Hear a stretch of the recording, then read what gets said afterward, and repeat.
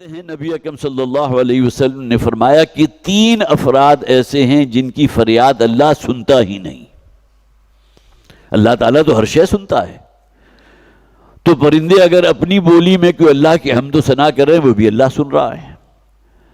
لیکن 3 اشخاص وہ ہیں جو چیخ کر بھی اللہ کو پکاریں تو اللہ ان کی بات پر، ان کے عرضداشت کے اوپر، ان کی فریاد پر کان نہیں دھرتا۔ ان میں سب سے پہلا شخص کون سا ہے؟ وہ شخص کہ جو اپنی بیوی سے تنگ ہو، بد اخلاق ہے، فرض کیجئے بار بار اسے واعظ و نصیحت کی ہے، سمجھانے کا حق ادا کر دیا، اور قرآن حکیم میں جو تدریج بیان کی گئی ہے اس کو بھی پوری طرح بروئے کار لے آئے۔ وَاهْجُرُوهُنَّ فِي الْمَضَاجِعِ،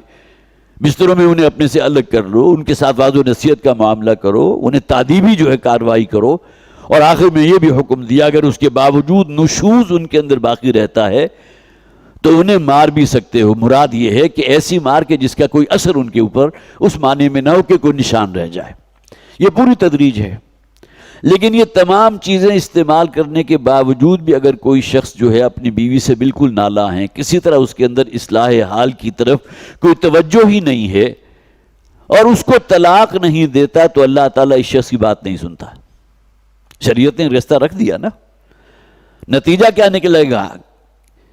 کہ ماں اور باپ کے درمیان جو اختلاف ہے، نزاع ہے، اس کا اثر ان کے بچوں پر پڑے گا، وہ نفسیاتی مریض بن جائیں گے۔ گویا کہ آپ ایک پوری نسل کو برباد کر رہے ہیں صرف اس بنیاد پر کہ میاں اور بیوی کے درمیان موافقت ہی نہیں بلکہ ایک دوسرے کے خلاف تلخ بیانی بھی ہے، مار پیٹ بھی ہو رہی ہے، لیکن وہ اسے طلاق نہیں دے رہا۔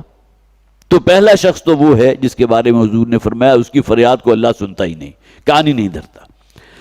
دوسرا شخص وہ ہے کہ جو کسی کو قرض دے اور اسے لکھے نہ۔ عام طور پر ہوتا کیا ہے، یہ تو دوست ہیں جی، یہ تو رشتہ دار ہیں جی، ان کا تو ہمارے ساتھ بڑا گہرا، کیا ضرورت ہے لکھت پڑھت کی، خام جو ہے تحریر کریں گے، گویا کہ بد اعتمادی ہو جائے گی۔ اچھا، اگر میں تمہیں قرض دے رہا ہوں تو تم سے تحریر بھی لوں گا۔ اب یہ وہ چیزیں جو ہمارے ہاں جسے آپ کہیے ہماری جو ایک مزاج بن چکا ہے اس کے خلاف ہو جاتی ہیں۔ لہٰذا اس اعتماد کی بنیاد پر کوئی شخص یہ تحریری کام نہیں کرتا، اور اس کے بعد جسے قرض دیا گیا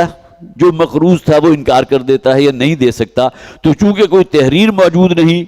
اور اب وہ فریاد کر رہا ہے اللہ کی جناب میں، حضور فرماتے ہیں اللہ تعالیٰ اس شخص کی فریاد بھی نہیں سنتا۔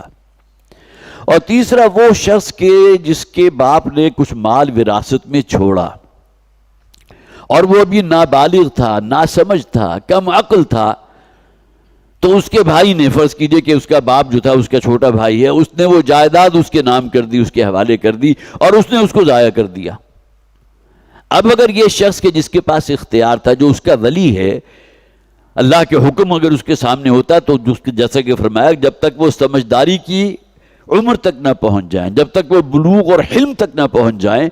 جو بھی مال ان کے باپ نے ترکے میں چھوڑا ہے، وراثت میں چھوڑا ہے، ان بچوں کے حوالے نہ کرو۔